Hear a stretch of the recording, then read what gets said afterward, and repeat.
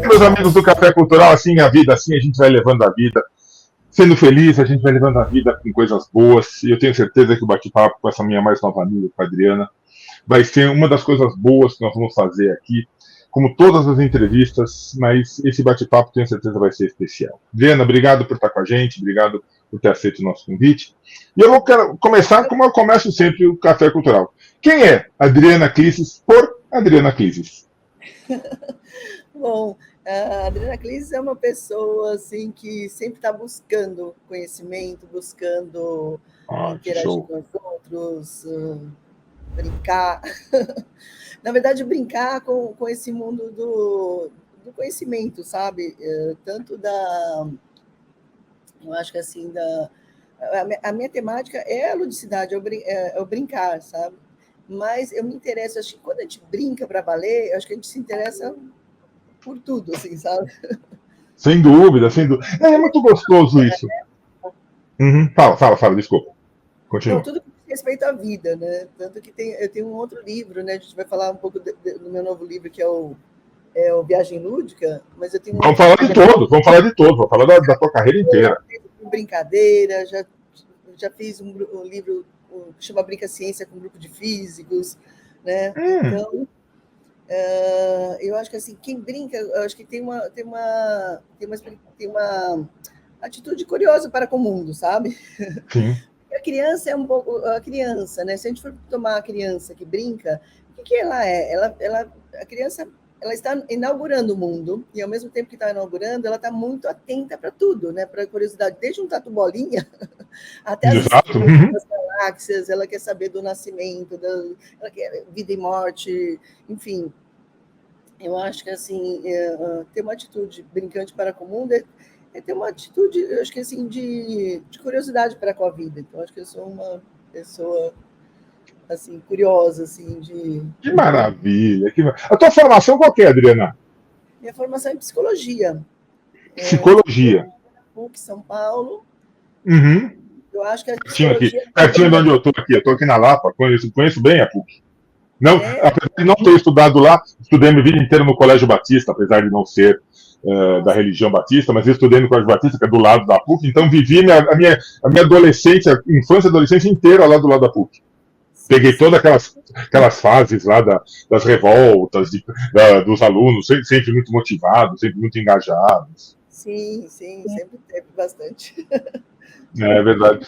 Adriana, você falou de brincar. Eu concordo 100% com tudo que você disse. E eu acho muito triste quando o adulto perde a capacidade de brincar, perde essa forma de aprender. Porque na brincadeira você aprende, na brincadeira você se relaciona, na brincadeira você se desenvolve, você evolui. É muito triste quando o adulto perde a capacidade de brincar, né? Brincar, o termo brincar quer dizer estabelecer vínculos, né? E quando os vínculos se tornam meio frouxos, acho que a gente perde a capacidade de brincar, né? E tanto que eu acho que as culturas mais de raiz, assim, indígenas, quilombolas, de matriz africana, conserva muito mais o brincar na vida adulta, né? Sim. Está perdendo, né? Ou que corresponde ao brincar, que eu sempre falo, que corresponde ao brincar na vida adulta, que é a arte, que é a cultura. E quando a gente vive num país onde a cultura não tem o mesmo peso que os negócios, né, complica, minha amiga, fica muito complicado. Aí o que acontece? Fica uma sociedade, no meu ponto de vista, adoecida. Que aí, onde não tem o brincar, tem mais farmácia. Entendeu? Nossa, que show. Perfeita colocação. Tem mais doença, tem mais... Né? Então, fica faltando algo, né? Que é esse tempo do encontro. Porque as duas questões são importantíssimas na sociedade, né? A produção, a produtividade, a gente está no mundo do conhecimento, isso é importante, mas os tempos, né, para desfrute, é como se tivesse duas pernas e a gente estivesse caminhando só com uma, a gente fica pulando que nem saci. A gente só está numa... Então, a gente não caminha fluidamente, né? Quando a gente está só num... e a nossa... né? Acaba priorizando mais isso, né? Esse lado da produtividade, e até tanto em excesso que adoece. Sim, sim, sim, sim. Não, e aí a gente tem exemplos, Adriana, no mundo corporativo. Eu sei que o teu livro, esse, pelo menos, não é exatamente para o mundo corporativo, mas a gente pode fazer. Existem empresas que são famosas pelo ambiente mais leve, pelo ambiente onde, entre a brincadeira, a Sim, forma de produzir brincando, e brincando num sentido adulto da coisa, sim. traz muito mais produtividade. A Google, sabe, a Google ficou famosa em alguns tempos porque tinha mesa de ping-pong no meio do expediente. O pessoal, vou jogar ping-pong, vou conversar, ou seja, o brincar é se relacionar, e isso melhora a qualidade da empresa, melhora a produtividade. Eu acho que você está corretíssima no teu pensamento. Sim, eu acho que assim, quando tiver. E eu acho que, como você citou o exemplo das empresas, muitas empresas já estão. As empresas que estão, como se diz, pensando, não só agora, mas também no futuro, estão Uhum. nessa vibe assim, de trazer mais esse espaço do brincar, o espaço das relações entre o grupo, de não ser só uma exploração, porque esse modelo de produtividade inconstante vem do quê? Do tempo lá das fábricas, né? Exato, exato, exato. Linha de produção correndo cada vez mais, né? E ao contrário, quando você deixa mais esse espaço, né, para o brincar, vem muito mais criatividade, vem muito mais interação, as pessoas começam a se comunicar mais e não se ver como pessoas que temos que concorrer, mas que sim, podemos nos aliar para Como produzir um mais. crachá, né? As pessoas param de ver como um crachá que tem um número, na verdade, né? É, Não, perfeito. Não, e é um grande desafio. Eu mexo um pouquinho com essa área de relacionamentos internos nas empresas, principalmente na área de comunicação, mas também a área de motivação. E o grande desafio, principalmente das áreas de recursos humanos, as áreas de gente, de gestão corporativa, o problema é esse, assim, como motivar as equipes? Como eu motivo a minha equipe? O que eu faço para que as equipes se relacionem melhor, para produzir melhor? E a grande resposta está dada aí. Faça-os brincar. Faça-os brincar, ir trabalhar como se você estivesse indo para um grande jogo de prazer. É, e às vezes esse brincar, né, quando a gente fala às vezes o próprio espaço, né, da empresa pode ser muito mais acolhedor, né, porque a arquitetura também ela pode aproximar ou ela pode distanciar, né? A gente sabe, as Sim, cidades sim. podem acolher ou pode, ao contrário, pode viver em grades, cada um na sua, né? Pode ter muitas É. praças. Tanto é que hoje em dia se discute muito também essa questão das cidades voltadas para as crianças, né?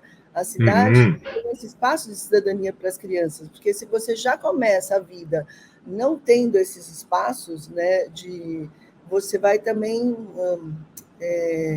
diferenciando. Porque assim, é impressionante como, às vezes, uma pequena mudança no espaço muda completamente. É como você Total. tá Nossa. na escola enfileirado e você está em espaço de roda, todo mundo se vendo, todo mundo falando. Muda muito o estilo de cada lugar, né? E você falou uma coisa Eu diria que importantíssima. um espaço é mais brilhante, outro menos. Não, e você falou, as cidades estão envelhecendo. Quando você desenvolve uma cidade, as cidades precisam se desenvolver, precisam ser melhor para as pessoas que moram, mas parece que os gestores públicos pensam somente no cimento. Não, eu quero construir mais, eu quero mais viadutos, mas é necessário para a mobilidade, tudo isso. Mas as cidades estão envelhecendo, a população está envelhecendo, nós temos pesquisas dizendo que a população está envelhecendo, e as crianças ficam aonde? E você falou muito bem, nós precisamos de espaço para as crianças para rejuvenescer o ambiente urbano e nos rejuvenescer. E o Porque espaço senão a gente vai ficar público, velho e chato. espaço público, porque não é espaço privado, porque se constrói mais cimento, se constrói mais shopping center. De novo, mais o mundo do negócio. Só que assim, as É. crianças estão vivendo a cultura infância dela, a cultura lúdica dela, muitas vezes das grandes cidades, em shopping center. Ou ela está em casa, ou ela está na escola, que é um espaço muito importante de socialização, ou dificilmente ela está na rua. Diferente em alguns ambientes, porque a gente no Brasil é muito diverso. Por exemplo, eu estou aqui morando na Paraíba, em João Pessoa. Olha que A delícia, hein? praia que atravessa a rua, já tô Para praticamente. de causar inveja, mulher. Para de causar inveja na gente. Mas Aí, por exemplo, assim, a praia acaba sendo um lugar muito socializador, onde, né, puxa vida, as crianças, quando estão na praia, estão completamente livres, vão para o mar, estão na areia, já é um grande brinquedo de largo alcance a praia, assim, é impressionante. Sim, sim, Mas sim. para a criança podia ser uma mata, podia ser um parque, podia ser né, uma praça.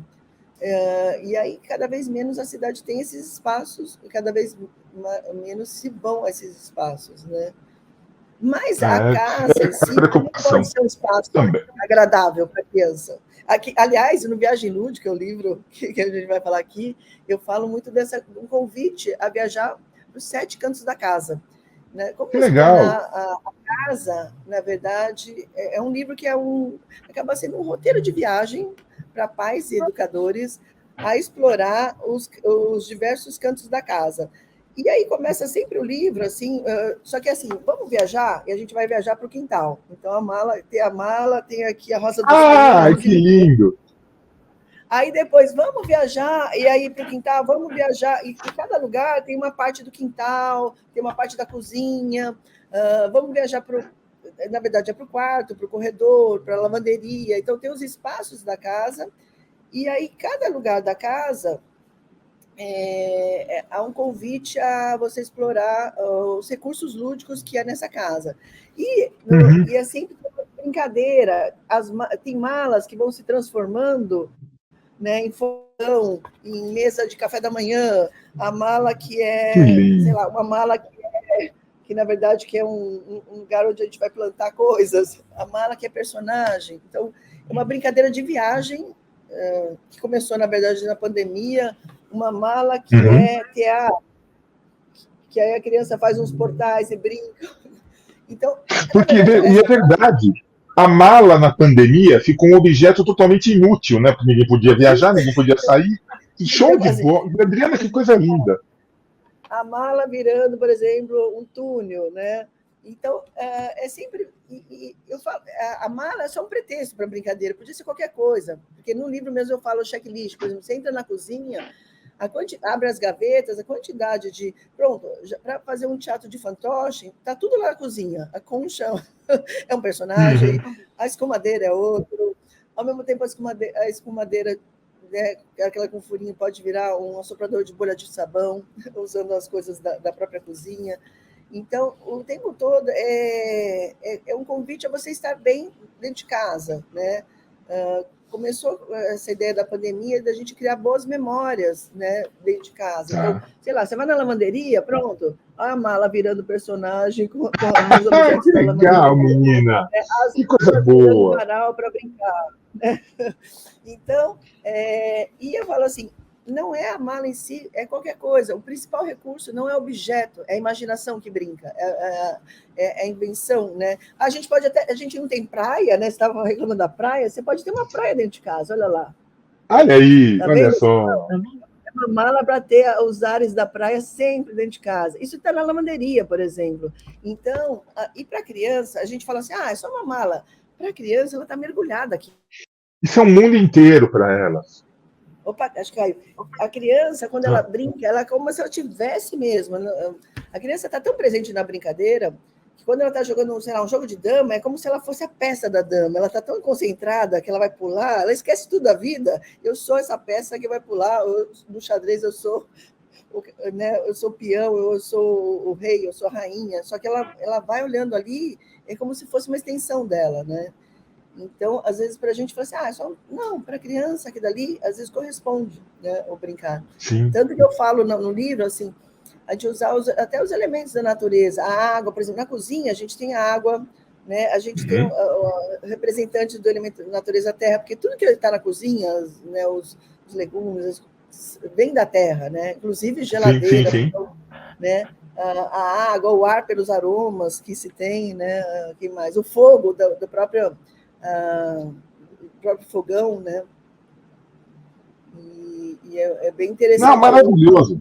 Maravilhoso, Adriana. Na verdade, o que você fez foi apresentar para as famílias uma possibilidade de união.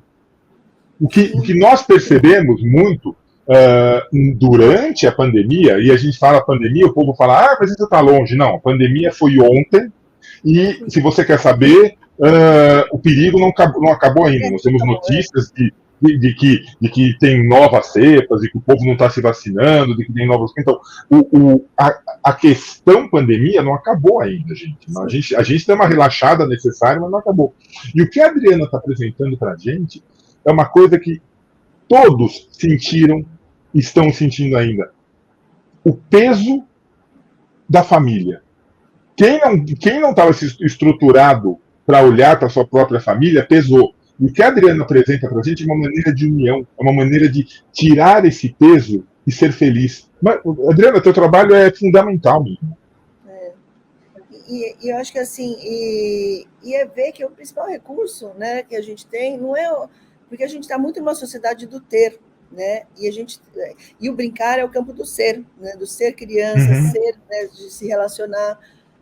Então, por isso que é tão importante o papel do brincar, né? Para até não que a gente não precisa ter, mas talvez a gente não precisasse ter tanto. Eu sempre fico imaginando o sonho de consumo é que os shopping centers viram uma parte, sim, para compras do que a gente precisa, ter algumas coisas. Mas imagina que o shopping center fosse um andar para as nossas necessidades básicas de comprar coisas que a gente está precisando, mas o resto fosse tudo espaços de cultura, de ensinamento, assim, de troca. Alguém que Nossa, faz, que sonho maravilhoso. De arte. Imagina cada box assim ser de conhecimento, né? Alguém compartilhando conhecimento. Então imagina que você vai num shopping, pelo menos, para outra coisa, que não só consumir, porque consumir o consumo, a gente está consumindo o planeta, né? Cada vez que a gente troca celular, a gente troca, e toda a sociedade é voltada para consumo, né? E vai induzindo e não ao campo do ser.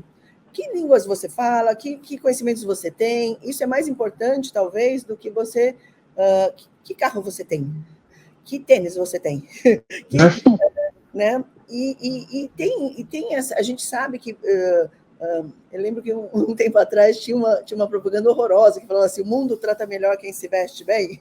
O mundo tinha que tratar melhor todo mundo, não quem se veste bem. Exato.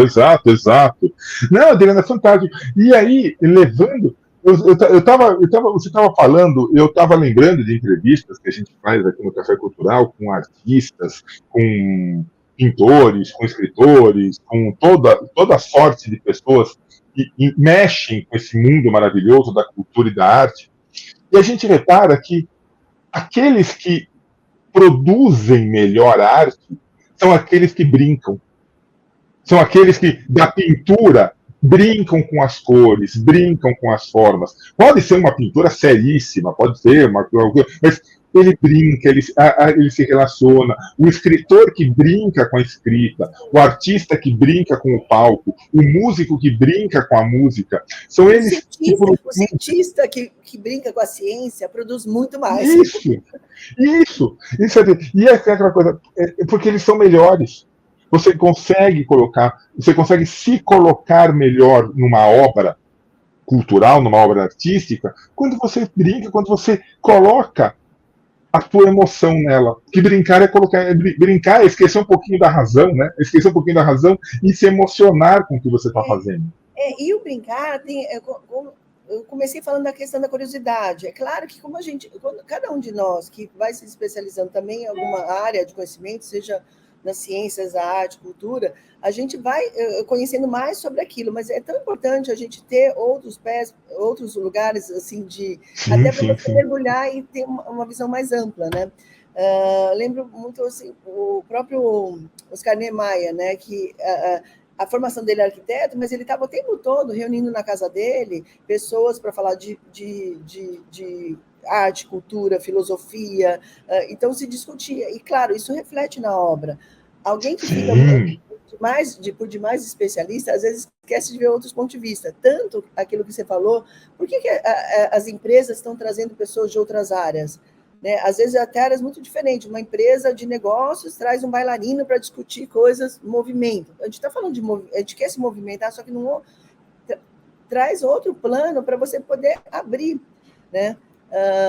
Porque a gente às vezes vai ficando muito cindido, assim, né? Eu lembro de um livro, a gente estava falando da PUC, na psicologia, mas uma das matérias que eu mais gostava era antropologia.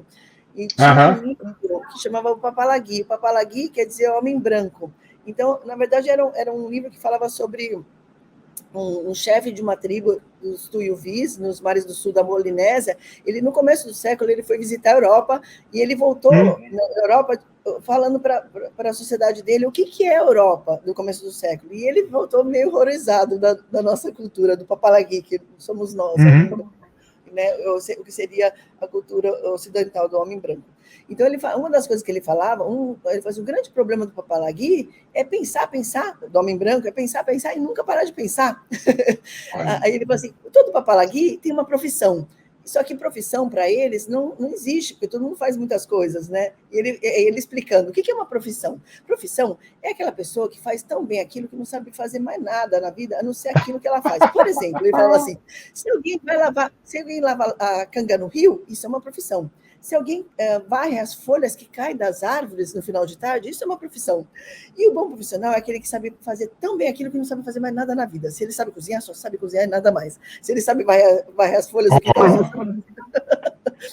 Gente... Só que uma visão, quando a gente olha assim, por isso que é legal a antropologia, ela te põe um espelho na cara e você fala assim, nossa, que estranha a nossa sociedade, né? E ele vai falando de várias situações da nossa cultura e, ao mesmo tempo, que a gente fala, será que precisa ser assim? Quem disse que? Perfeito, perfeito. Isso, o Krenak fala isso, mas quem disse que precisamos tudo isso? Por que disse que a música está indo... Mas quem disse que precisamos? Não, e tem uma coisa, Adriana, mais internas para resolver, mais urgentes, como humanidade, porque para você ser humano, a gente devia considerar mais o todo, o coletivo, e não a gente isolado do mundo, né? Não, e é isso. E a grande dificuldade que as pessoas têm, que às vezes até você pega no mundo corporativo, professores, ou seja quem for, querem propor isso. Apresentam propostas com isso, mas as pessoas não se permitem. As pessoas querem continuar nesse mundinho, nessa mala fechada. Não, eu sei varrer folha, então eu vou varrer folha. Então eu quero escutar um outro que varre folha, para eu varrer folha melhor. Não, você tem que se abrir. Você tem que se abrir, as pessoas têm que se permitir. É tão difícil levar, que nem você citou, um bailarino para dar uma palestra numa empresa, para uma área de engenharia. Os engenheiros vão olhar e falar, não, mas para que eu vou ouvir um bailarino? Não tem nada que. O bailarino não tem nada para me falar. Gente, é justamente o bailarino que tem para te falar, não um engenheiro, um técnico. Dá licença. Você está falando, dando esse exemplo de engenharia, eu faço aqui em João Pessoa aula de flamenco. E aula de flamenco com uma engenheira. Ela é engenheira de formação, só que apaixonadíssima pelo flamenco. Hoje em dia, ela trabalha basicamente com flamenco, está organizando um evento aqui que chama Nuances Flamenco, aqui que é no Teatro Municipal. Enfim, maravilhoso. E ela, por saber assim, ter esse diálogo entre a ciência, o campo da engenharia e do movimento da dança expressiva, ela faz umas associações, olha, uma das melhores professoras de dança que eu já tive, olha que eu faço bastante... Feliz! Porque ela brinca tanto com o campo da cultura, da arte, mas também da ciência, e quando faz essa junção, nossa, ela traz questões do movimento que a gente jamais ia pensar em outra situação. Então, Adriana, você tem uma missão. Você já tem uma missão. Você tem uma missão. Falar com ela para ela vir me dar uma entrevista aqui no Café Cultural. Quero muito conversar com essa moça. Vou falar, a Regiane Gomes. Pode falar com ela, pode passar os contatos, vai lá pela Gabriela, por onde você quiser, passa os contatos, que aí a gente, inclusive, ajuda ela a divulgar o evento que ela vai fazer. A gente ajuda ela a divulgar. Claro, já está com essa missão, Adriana, pode anotar no caderninho aí. Já tá bom. Não, e, Adriana, e aí, bem isso, é as pessoas se permitirem, as pessoas se abrirem. E por quê? Quem é que se permite? Quem é que se abre? A criança. A criança, no brincar, que ela se permite, que ela se abre, que ela recebe coisas novas. E tudo que nós falamos, assim, você esqueceu da tua criança, você esqueceu do brincar, você esqueceu do aprender, você se focou tanto que você esqueceu que é possível abrir a tua mente. Essa abertura cultura, né, que eu acho que a gente tem para aprender com as crianças. E no livro, volto a falar, no Viagem Lúdica, eu falo o tempo todo assim, mais do que a gente, adulto, ensinar a criança, não, é o contrário.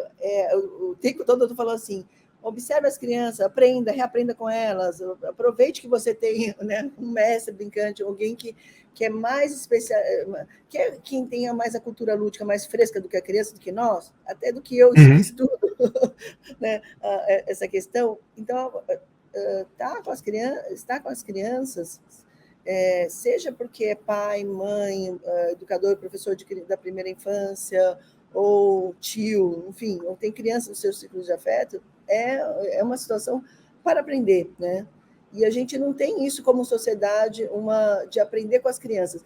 E, curiosamente, né, as sociedades que têm, por exemplo, Reggio Emília, na Itália, uma cidade na Itália, que é referência em trabalho com a primeira infância, né? De um trabalho de altíssima qualidade, de tão alta qualidade que hoje em dia a cidade vive do turismo pedagógico, você acredita? O turismo de escolas do mundo inteiro, professores, educadores do mundo inteiro vão a Reggio Emília para fazer turismo pedagógico. A cidade vive do turismo pedagógico de uma escola que foi, no pós-guerra, começou a fazer uma coisa brilhantemente, e basicamente, além de eles terem um trabalho lindo, assim, eles põem a criança no centro, no sentido de como aprender com as crianças, né? E, de fato, não é tipo assim, fake, né? Vou fazer de conta que eu estou aprendendo com criança. Não, né? Como eu posso aprender de fato? E aí está mudando a realidade, né?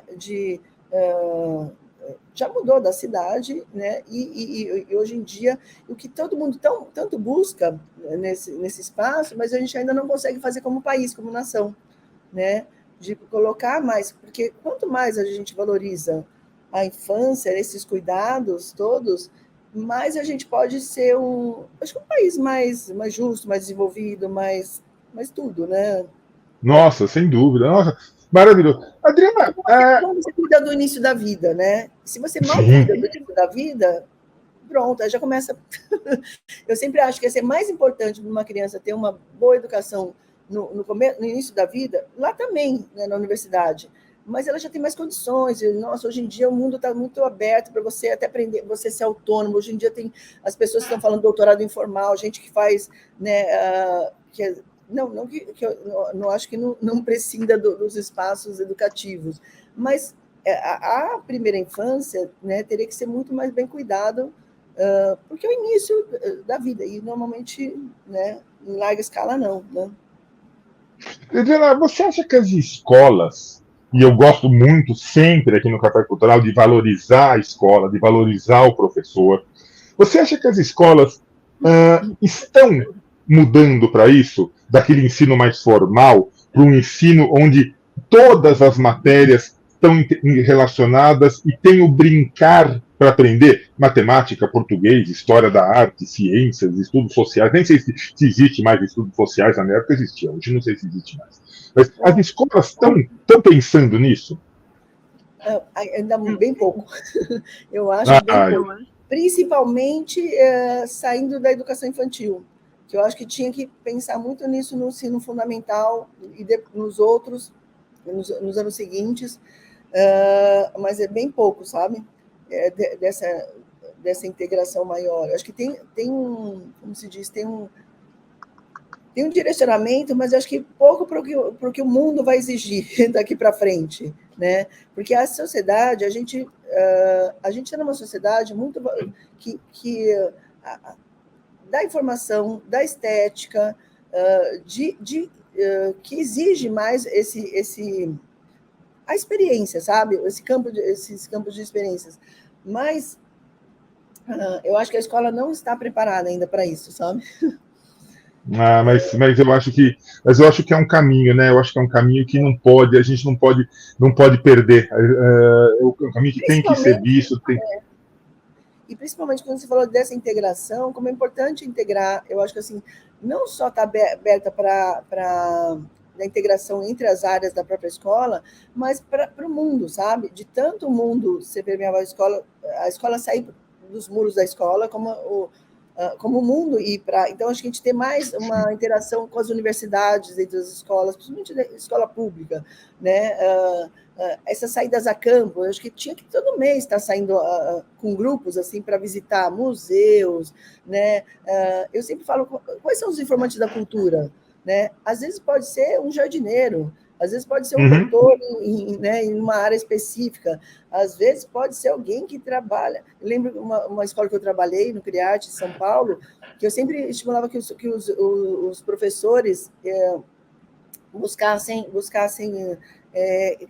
qualquer assunto que estava estudando, tinha que promover situações ou de convidar pessoas daquele estudo relacionado ao estudo que estavam fazendo para dentro da escola ou sair.